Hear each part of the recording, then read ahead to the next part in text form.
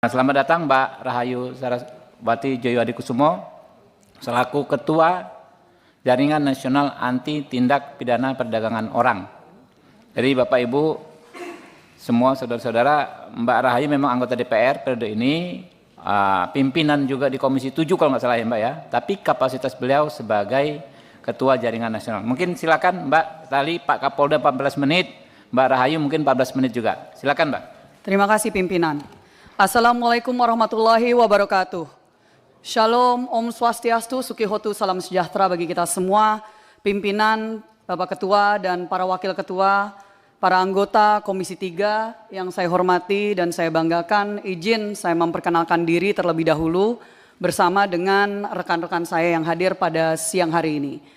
Saya Rahayu Saraswati Joyohadikusumo, anggota DPR RI fraksi Partai Gerindra, dari Dapil Jakarta 3, saat ini juga menjabat sebagai Wakil Ketua Komisi 7 di DPR RI periode 2024-2029. Namun seperti tadi yang disampaikan oleh Bapak Ketua Komisi, saya hadir pada hari ini bukan hanya sebagai anggota DPR RI yang mewakili rakyat Indonesia, tapi juga saya hadir di sini sebagai Ketua Jaringan Nasional Anti Tindak Pidana Perdagangan Orang, yang sudah diinisiatif didirikan pada saat saya masih menjabat sebagai anggota DPR RI periode 2014-2019 di tahun 2018.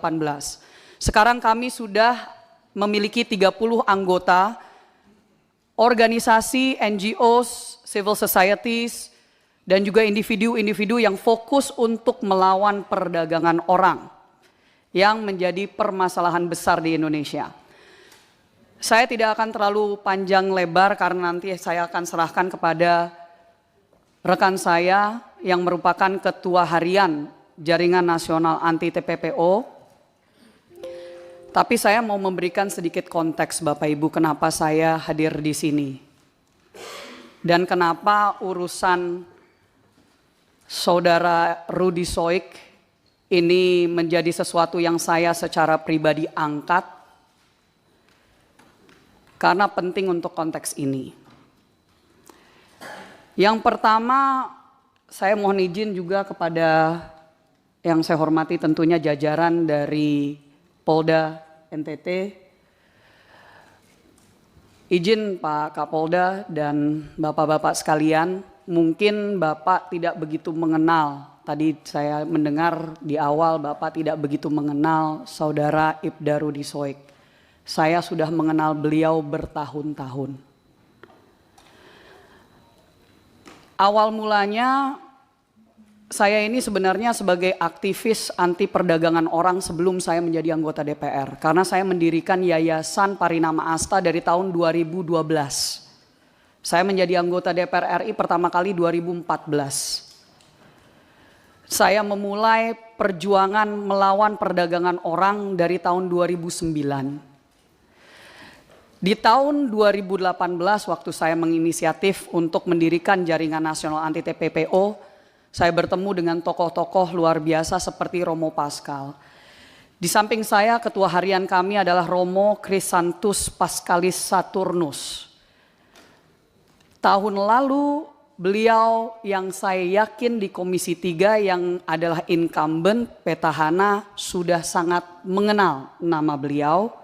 Karena beliau adalah tokoh anti perdagangan orang yang waktu itu juga harus berhadapan dengan oknum dan sindikat. Dan beliau juga mendapatkan fitnah yang sangat luar biasa dan akhirnya didengar oleh waktu itu Menko Polhukam saat itu.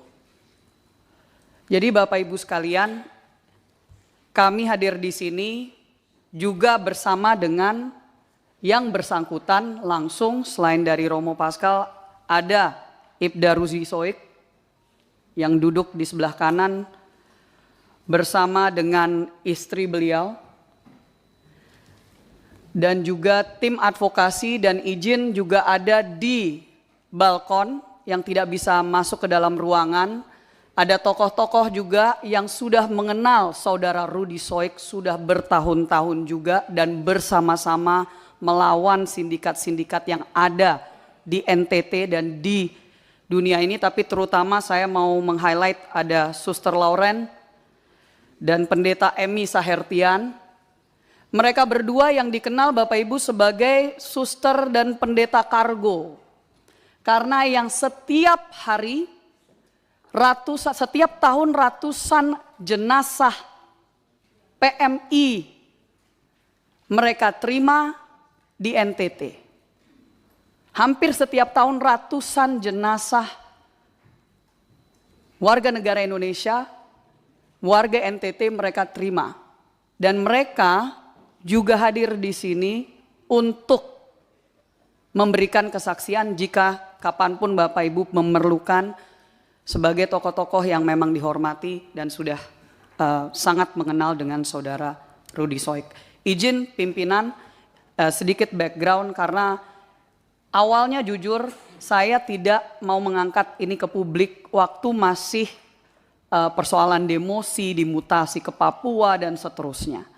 Tapi pada saat sudah ada penjatuhan hukuman pemberhentian secara tidak hormat dengan landasan-landasan yang kami siap untuk memberikan penjelasan, ini sebenarnya saya sangat menyayangkan bahwa hal seperti ini harus diangkat sampai ke level DPR RI di pusat Komisi 3 yang padahal ini sesuatu yang kalau misalkan sudah betul-betul diungkap dan diselesaikan, ini tidak harus sampai ke sini. Tapi saya akan persilahkan kepada Romo Pascal untuk membacakan sedikit kronologi. Ya, ini saya tidak menganggap ini sidang, tapi maksudnya sidang hukum ya. Tapi saya berharap di sini para anggota DPR RI yang terhormat, para wakil rakyat bisa mengetahui dari dua sisi. Silakan Romo Pascal. Mohon maaf, apakah materi sudah dikasih? Sudah ada di Sudah? atas. Oke. Ke teman-teman di Japri ya, sekretariat, PDF-nya. Oke. Dan print out-nya juga diberikan. Silakan. Jadi maksud saya Romo Pascal highlight aja yang terpenting. Oke. Silakan Romo. Baik, terima kasih pimpinan, Bapak Ibu semua yang kami hormati, Dewan yang kami muliakan, Bapak Kapolda yang terkasih dan juga semua anggota Polri yang ada di sini, Ibu Saraswati yang juga kami hormati, ketua kami. Izin kami menyampaikan kronologi penanganan penyidikan kelangkaan dan niaga BBM subsidi yang berakhir dengan pemecatan Ibda Rudy Soik dari Dinas Polisi Republik Indonesia. Ya, kami izin menyampaikan kronologi yang kami dengar dari saudara Rudy Soik sendiri terkait dengan kasus ini, dan mungkin ini bisa sedikit bercerita dari versinya Bang Rudy dan mungkin bisa juga menjawab beberapa hal yang mungkin tadi disampaikan oleh Bapak Kapolda.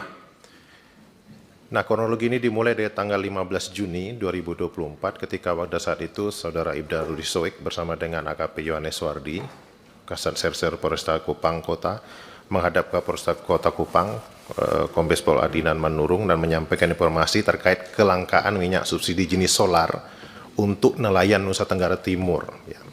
Nah, waktu itu Kapolres Kota Kupang mengeluarkan sprint, nomor sprintnya tercatat di situ, dan kemudian memerintahkan untuk mencari tahu dan mengumpulkan bahan keterangan yang sesuai dengan tujuan penyelidikan dimaksud. Itu kita punya juga bukti sprint itu. Nah, kemudian dari tanggal 15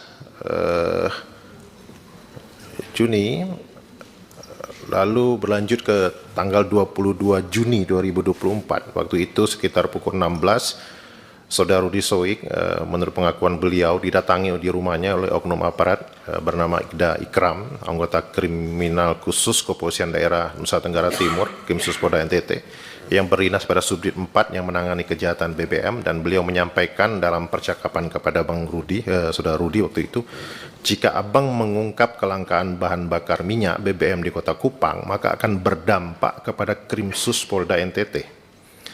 Lalu sekira pukul 18 Wita, saudara Rudy Soik bersama dengan AKP Yohanes Wardi menghadap Kapolresta Kombes Pol Adinan Manurung di Bandara Udara El Tari Kupang dan menyampaikan informasi terkait kedatangan anggota tadi, dan oleh Kapolresta menyampaikan kepada saudara Rudy bahwa saudara Rudy tindak lanjuti penyelidikan jika Direktur Krimsus menghubungi, itu urusan saya untuk menjelaskan, kamu tegak lurus. Nah, oleh karena itu kemudian pada kurang lebih 52 menit kemudian, Saudara Rudi Soik memberikan perintah kepada jajaran Jatantras Polres Kupang Kota dalam grup WA dengan kata, Kapolresta perintahkan untuk ratakan BBM ilegal dalam kota Kupang. Nah, lanjut tanggal 24 Juni 2024, lalu ada sprint tugas diajukan karena ada beberapa personel yang mutasi, tadi Polda juga sempat menyinggung itu.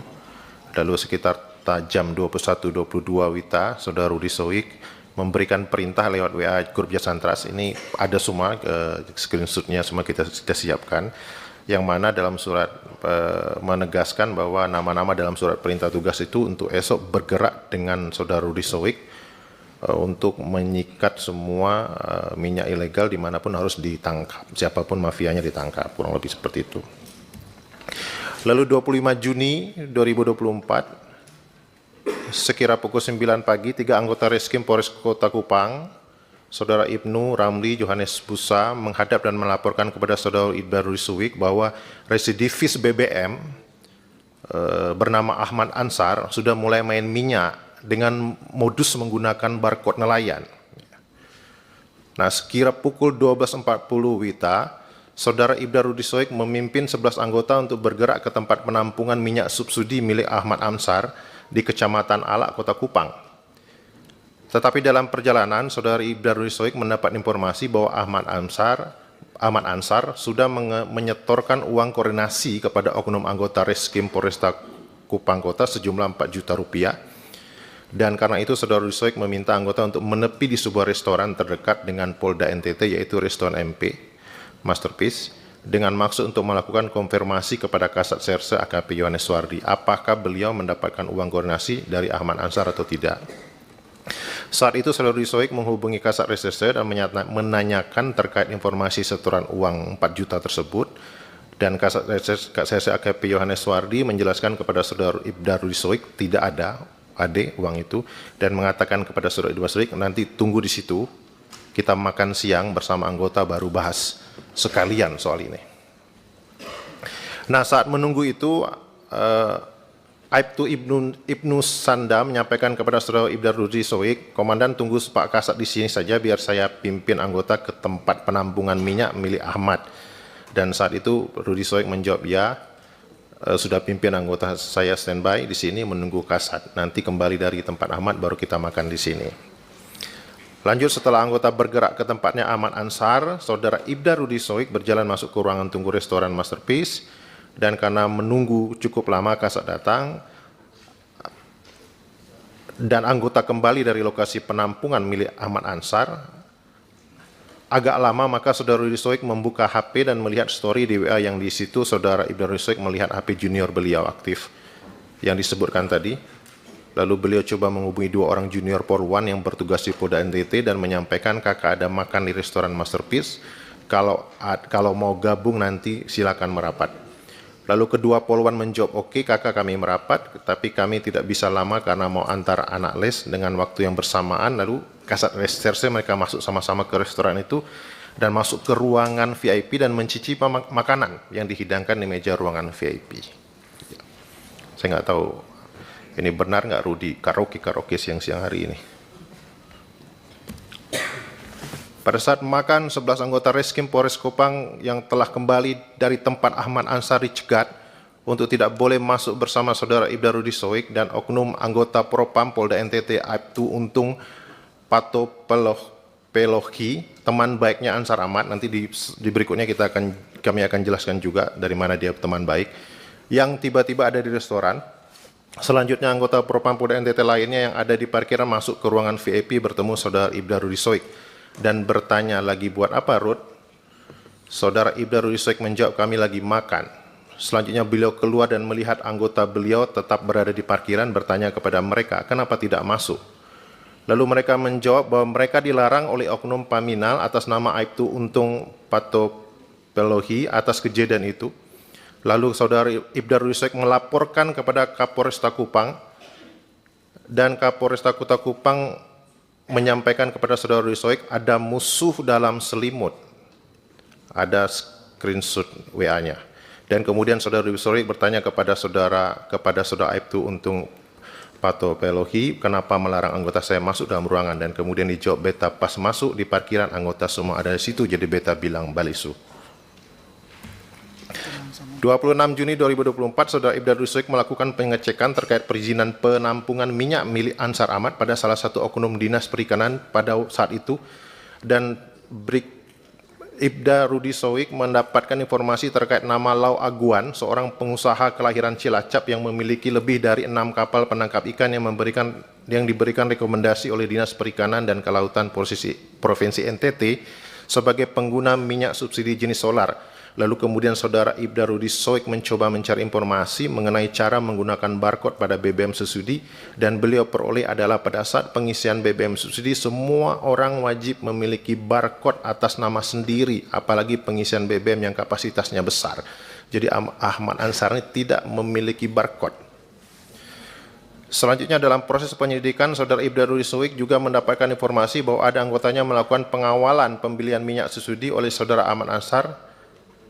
Sejak tanggal 15 Juni 2024, oknum anggota tersebut yang merupakan anggota Polres Kota Kupang yang juga merupakan booster atas nama Muhammad Kalumba telah menerima setoran dari Ahmad 4 juta rupiah yang kemudian terkonfirmasi melalui pengakuan Bribka Muhammad Kalumba kepada saudara Ibda Rudi Soik bahwa yang dia terima adalah uang sebesar 3.800.000 rupiah.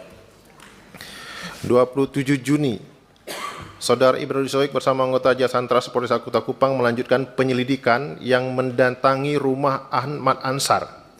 Sesampainya di tempat penampungan minyak saudara Ahmad Ansar, saudara Ibda Rudi Soik bertanya kepada saudara Ahmad Ansar, apakah pada tanggal 15 Juni 2024 pernah membeli minyak jenis solar dan benar pernah memberikan uang kepada anggota Bribka Muhammad Kalumda. Jadi ini kronologi 27 Juni ini adalah kronologi di mana saudara Rudi Soik memastikan bahwa Ahmad Ansar ini pertama tidak punya izin untuk menampung minyak, tidak punya juga barcode, dan dia juga punya track record sebagai pemain BBM mafia. Nanti mungkin bisa dibaca di slide biar saya mempercepat waktu. Ya, kami mungkin karena waktu izin pimpinan kami langsung ke kesimpulan paparan. Pertama, kami ngerasa teman-teman jaringan Jarnas dan juga teman-teman di NTT melihat adanya skenario kriminalisasi terhadap Ibda Rudi Soik secara terstruktur, masif, dan sistematis oleh oknum polisi yang mengatasnamakan Polda NTT untuk menghentikan langkahnya dalam mengungkap kejahatan penyeludupan BBM bersubsidi yang diperuntukkan bagi rakyat kecil. Yang kedua, menurut kami adanya perampasan hak ekonomi kerakyatan, hak atas BBM subsidi, yang sangat dapat berdampak pada masalah-masalah sosial lainnya, tindak pidana perdagangan orang yang disebut oleh pimpinan kami tadi, kemiskinan yang meningkat di mana-mana, dan ada indikasi keterlibatan oknum aparat kepolisian di situ. Yang ketiga, kami merasa negara absen dalam menjamin kesejahteraan dan keamanan bagi rakyat dengan adanya pembiaran kasus mafia BBM bersubsidi berulang di NTT. Dan yang keempat, peradilan etik terhadap Ibda Rudi Soik SH dan putusan PTDH yang prematur merupakan skenario kriminalisasi melalui mekanisme peradilan etik yang terkategori tidak adil serta menutup jalannya upaya pemberantasan mafia BBM yang marak di Kota Kupang. Ya, mafia BBM-nya kok nggak dikejar-kejar gitu ya, tapi kok Rudi Soiknya yang dicari-cari. Dari cara dan pelakuan Polda NTT terhadap Ibda Rudi Soik SH telah mengancam human security keluarganya, ya, ini memata-matai lokasi pemukiman dengan menggunakan drone, penjemputan paksa di rumah pribadi yang menimbulkan trauma pada anaknya, pada istrinya yang juga dicegat di tengah jalan, orang tua, mertua intimidasi secara sengaja terhadap istri oleh pejabat Polda NTT dengan cara membututi, menghentikan, dan memeriksa dokumen berkendara secara paksa dengan tanpa menunjukkan dasar aktivitas tersebut. Ada bukti video yang kita sudah lihat juga mungkin. Perlakuan ini merupakan pelanggaran HAM terhadap perempuan dan anak yang terkategorikan sebagai kelompok rentan.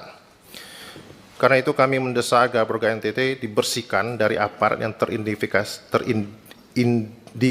terlibat atau melindungi serta bekerja sama dengan para penimbun atau mafia BBM bersubsidi, yaitu menonaktifkan beberapa pejabat tinggi di lingkup Polda NTT. Kapolda, Dikrimsus, Kabid Propam, dan Kabid Humas yang dengan gegabah telah mengalihkan upaya pemberantasan mafia BBM ke dramatisasi kasus Rudi Soik. Yang berikut membatalkan putusan Komisi Kode Etik Polda NTT. Dan yang terakhir untuk melanjutkan proses penyelidikan dengan dugaan mafia BBM di Kota Kupang, maka terhadap Ibda Rudi Soik SH dan seluruh tim, semua anggotanya yang 11 orang itu, yang dimutasi akibat dari disangkut pautkan dengan kasus polis lain, dipulihkan nama baiknya dan dikembalikan pada posisi semula. Terakhir pimpinan, saya menyayangkan sebagai anggota DPR RI bahwa membutuhkan untuk kita mengangkat satu kasus terhadap satu orang polisi yang kami kenal sudah sangat memperjuangkan nasib masyarakat kecil dan orang banyak, termasuk juga kasus-kasus perdagangan orang yang beliau ikut untuk ungkap di NTT. Saya juga ingin meng-highlight bahwa di sini kami kembali lagi, mari kita fokus bahwa utamanya yang harus dikejar adalah mafia. Adalah mafia BBM, adalah mafia TPPO. Sangat disayangkan kalau misalkan ada polisi yang memang lurus, bersih, sampai sedemikian hanya untuk bisa melawan hal-hal tersebut. Saya terakhir juga, pimpinan mungkin ingat, karena kami sudah seringkali membicarakan tentang kasus Wilfrieda Soik, yang Presiden Prabowo Subianto waktu itu ikut menyelamatkan dari Malaysia. Kenapa Rudi Soik ini sangat peduli tentang persoalan seperti perdagangan orang, nama belakangnya sama, mereka masih saudara pimpinan. Jadi itulah kenapa kami akhirnya waktu dulu itu bisa bertemu, dan itu kenapa kami mengenal beliau baik, dan mohon untuk ini bisa dikembalikan ke jalurnya, yaitu mari kita fokus untuk memberantas mafia BBM. Karena justru ini diangkat, saya mendapatkan laporan tadi pagi dari NTT, dari masyarakat di sana, rupanya sejak kasus ini diangkat tiba-tiba BBM-nya jadi lancar. Ya, jadi ini mohon izin laporan langsung dari masyarakat, dan sekali lagi terima kasih atas waktunya pimpinan dan anggota sekalian. Wassalamualaikum warahmatullahi wabarakatuh.